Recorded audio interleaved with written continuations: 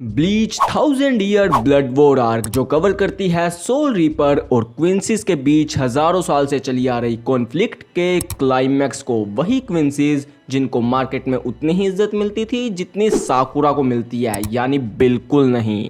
But TYBW ने सारा game पलट दिया, क्योंकि इस आर्क में हमें फाइनली देखने को मिला है कि क्विंसीज कितने स्ट्रॉन्ग हो सकते हैं। I mean, इस आर्क से पहले किसने सोचा था कि कोई क्विंसी गोटाई 13 के कैप्टन को पेल देगा या कोई क्विंसी सैरेटे का ऐसा हाल कर देगा। लेकिन TYBW ने हमें दिखाया कि क्विंसी ट्रूली कितने स्ट्रॉन्ग है, एंड साथ ही इसने हमें क्विंसीज के पास कुछ ब्रोकन एबिलिटीज भी दिखाई हैं जो लिटरली गॉडली है। एंड जब हमें स्ट्रॉन्ग कैरेक्टर्स दिखाए जाते हैं तब फैंस के दिमाग में सवाल आता है कि इनमें से ज़्यादा स्ट्रॉन्ग कौन है। वेल, तो इसलिए आज मैं तुम्हारे लिए लेकर आ गया हूँ ब्लीच वर्स के टॉप 7 स्ट्रॉन्गेस्ट क्विंसीज। और हाँ, इसमें सिर्फ प्योर क्विंसीज है, तो कोई भी इचिगो को याद नहीं करेगा।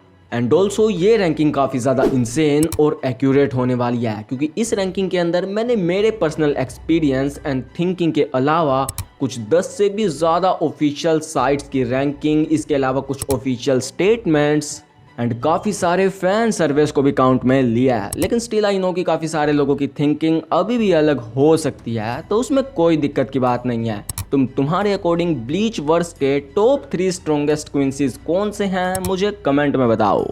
एंड लगे हाथ ये भी बता देना कि तुम्हें नेक्स्ट ब्लीच वीडियो किस टॉपिक पे चाहिए। तो ऑन दैट नोट हम चलते हैं हमारे नंबर 7 पे, एंड नंबर 7 पे है परनीडा।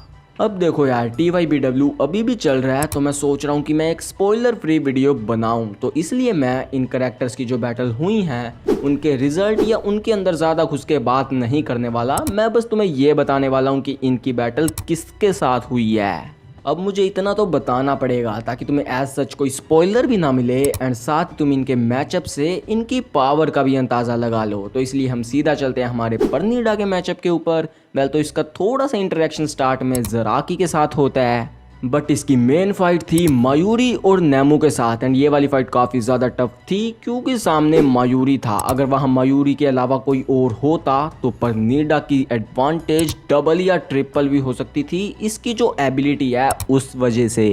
वेल, ये अपनी एबिलिटी से किसी भी टाइप के मैटर को मैनिपुलेट कर सकता है। एंड वैसे आगे थोड़ा सा स्पॉइलर है, लेकिन इसकी एबिलिटी का अंदाज़ा तुम इस बात से लगा सकते हो कि इसने कुछ चंद सेकंडों में ज़राकी का पूरा हाथ फाड़ दिया था, सिर्फ उसके बॉडी सेल्स को मैनिपुलेट करके। एंड इसके अलावा परनीडा सोल किंग की लेफ्ट आर्म भी है। अब देखो, अब तक TYBW कोर 3 एपिसोड 3 आ चुका होगा, तो तुम्हें सोल किंग की राइट आर्म का तो पता चल चुका होगा।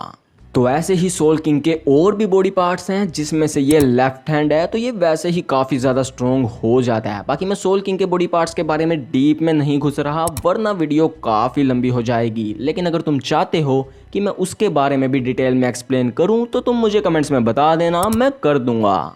तो इसलिए सीधा चलते हैं नंबर 6 पे। तो नंबर 6 पे है आस्किन। अब देखो यार, आस्किन एंड इवन बाकी भी जो क्विंसीज हैं उन सभी के पास काफ़ी सारी एबिलिटीज़ हैं। तो अगेन भाई, हम उन सारी एबिलिटीज़ के बारे में एक ही वीडियो में खुलकर बात तो नहीं कर पाएंगे।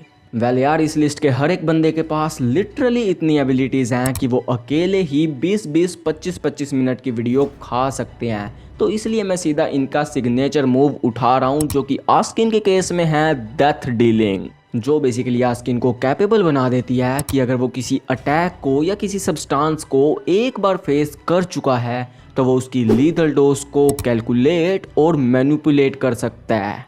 आई नो ये काफ़ी ज़्यादा कंफ्यूजिंग है, तो मैं तुम्हें एक एग्जांपल से समझाता हूँ। लाइक अगर आस्किन ब्लड कंज्यूम कर लेता है तो वो उसकी लीथल डोज को कंट्रोल कर सकता है, जो उसके अपोनेंट के लिए फेटल भी साबित हो सकती है। एंड ये तो सिर्फ एक यूज़ है, इस एबिलिटी के न जाने ऐसे ही कितने यूजेस हैं, लाइक इंसेन हीलिंग, और इसके और भी काफ़ी यूज़ हैं। क्योंकि रिमेंबर, ये सिर्फ सब्सटेंस पे नहीं बल्कि अटैक्स पे भी वर्क करती है। एंड अब अगर मैचअप की बात करें तो इसकी बैटल योरुइची, उराहारा और एक और काफ़ी स्ट्रॉन्ग कैरेक्टर के साथ सेट हुई थी, जिसका नाम मैं नहीं बता रहा ताकि तुम्हारा सरप्राइज खराब ना हो। तो इसलिए सीधा चलते हैं नंबर 5 पे। एंड नंबर 5 पे है लिटिल बारो, जिसकी सिग्नेचर एबिलिटी है एक्स एक्सिस, जो कि बेसिकली इसको अलाउ करती है कि अपनी लाइन ऑफ साइट में किसी भी चीज़ को बिल्कुल ख़त्म कर सकता है। एंड ये जस्ट ब्लिंक में होता है। हाँ, बारो गन कैरी करता है, लेकिन उसके अंदर लोडिंग फायरिंग ऐसा कुछ नहीं होता, उसके अंदर डायरेक्ट हिट होती है। एंड ये जो बुलेट होती है ये इतनी पावरफुल होती है कि ये हर चीज़ को पियर्स करती चलती है, इंक्लूडिंग स्पेस।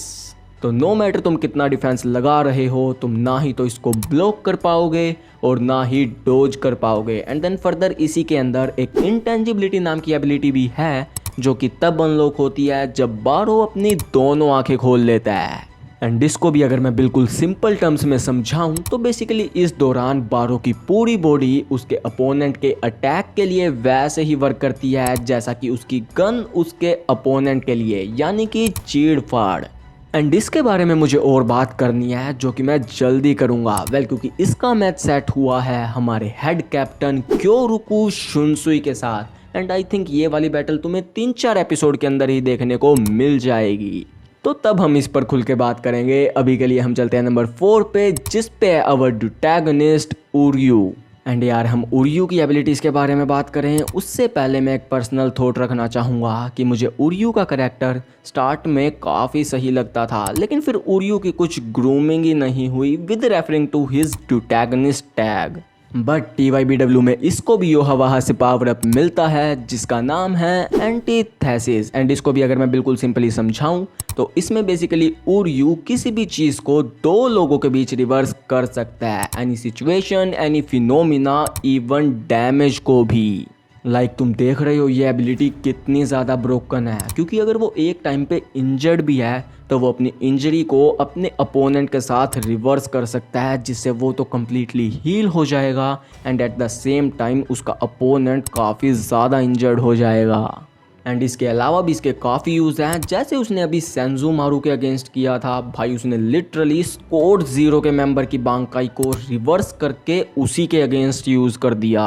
एंड उर्यू की एक और एबिलिटी काफ़ी ज़्यादा इंटरेस्टिंग है, जो कि योहावाहा ने भी मेंशन किया था कि उर्यू ओसवालन से इम्यून है। अब ये ओसवालन क्या है, तो तुमने कोर 2 के लास्ट के कुछ एपिसोड्स में देखा होगा कि कैसे योहावाहा सैरिटे में जो भी क्विंसीज मौजूद थे उनकी एनर्जी को अब्जॉर्ब करके वांडरन रिच में बांट देता है। तो यही एबिलिटी ओसवालन है एंड उर्यू उससे इम्यून है, यानी कि योहावाहा उर्यू की एनर्जी को अब्जॉर्ब एक्सट्रैक्ट कुछ नहीं कर सकता। बाकी मैं उर्यू की बैटल्स के बारे में अभी बात नहीं कर रहा क्योंकि वो काफ़ी सारी चीज़ों को स्पॉइल कर देगी, तो इसलिए सीधा चलते हैं हमारे नंबर 3 पे।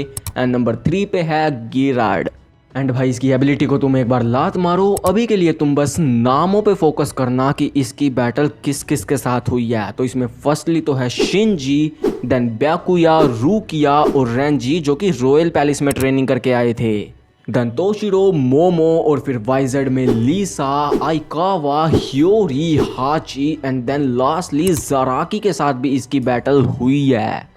तो आखिर कैसे गिराड इतनी सारी बैटल्स लड़ पाया, तो इसके पीछे का रीज़न है इसकी स्क्रिप्ट मिरेकल। एंड जैसा इसका नाम सजेस्ट करता है ये गिराड के लिए मिरेकल्स कर सकती है, जिस वजह से वो कई बार इम्पॉसिबल सिचुएशंस जहां उसका हारना बिल्कुल तय था उनको भी सर्वाइव कर जाता है। भाई this ability is too broken, क्योंकि इसकी फाइट के दौरान लिटरली काफ़ी सारे ऐसे मोमेंट्स थे जो बिल्कुल नहीं होने चाहिए थे, लेकिन वो इसके फेवर में होते हैं।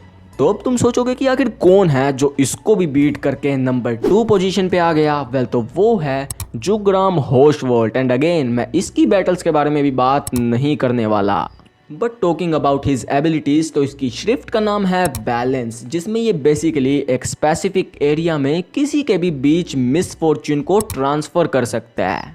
एंड ऑल्सो हमें इसकी कुछ बैटल्स में ऐसा दिखाया गया है कि इसने इस एबिलिटीज़ की मदद से कुछ काफ़ी ब्रोकन एबिलिटीज़ को भी काउंटर किया है। एंड ऑल्सो इसने कुछ टाइम के लिए ऑल माइटी भी अवेकन कर ली थी। हालांकि वो अपनी फुल पावर पे नहीं थी, लेकिन स्टिल हम यहाँ पर ऑल माइटी की बात कर रहे हैं। एंड ऐसा हुआ कैसे? तो जब योहावाहा अपनी नींद में था उस वक्त उसकी पावर का कुछ हिस्सा जुग्राम को मिल गया था, जो उसको बना देती है सेकंड स्ट्रॉन्गेस्ट क्विंसी।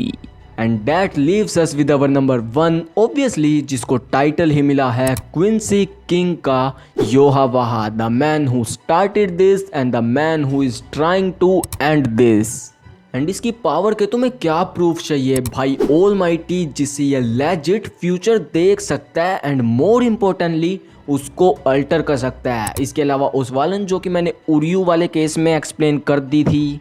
एंड बाकी क्विंसीज को श्रिफ्ट या फिर ये स्पेशल एबिलिटीज़ बोल लो, ये किसने दी? योहावाहा ने। एंड बैटल्स की बात करें तो Ichibe, Yamamoto, Ichigo, Aizen, I mean भाई these 4 guys literally can solo your favourite verse, वो भी अकेले अकेले। लेकिन योहावाहा उनसे फाइट इवन उनको बीट कर रहा है। बाकी यार मैं योहावाहा के बारे में और डिटेल में नहीं घुस रहा, क्योंकि मेरा काफ़ी ज़्यादा मन है कि मैं योहावाहा के ऊपर एक डिटेल वीडियो बनाऊं जिसमें मैं इसकी हिस्ट्री, इसकी एबिलिटीज़ और इवन इसकी बैटल को भी अच्छे से एक्सप्लेन करूं। लेकिन ऐसा तभी होगा अगर तुम मुझे बोलो। अगर तुम बोलोगे बना दो तो मैं बना दूंगा, और अगर तुम कहोगे तुम्हें अभी स्पॉइलर नहीं चाहिए तो मैं कोर 3 के बाद बना दूंगा। So it's up to you guys. तो इसलिए तुम मुझे कमेंट्स में बता देना कि मुझे क्या करना है। एंड ऑल्सो ये थे हमारे टॉप 7 स्ट्रॉन्गेस्ट क्विंसीज। बाकी तो ये वाली वीडियो इतनी ही थी, तो मेक श्योर कि तुम वीडियो को लाइक और चैनल को सब्सक्राइब कर रहे हो। तो मिलते हैं अगली वीडियो में, तब तक के लिए टेक केयर, सायोनारा।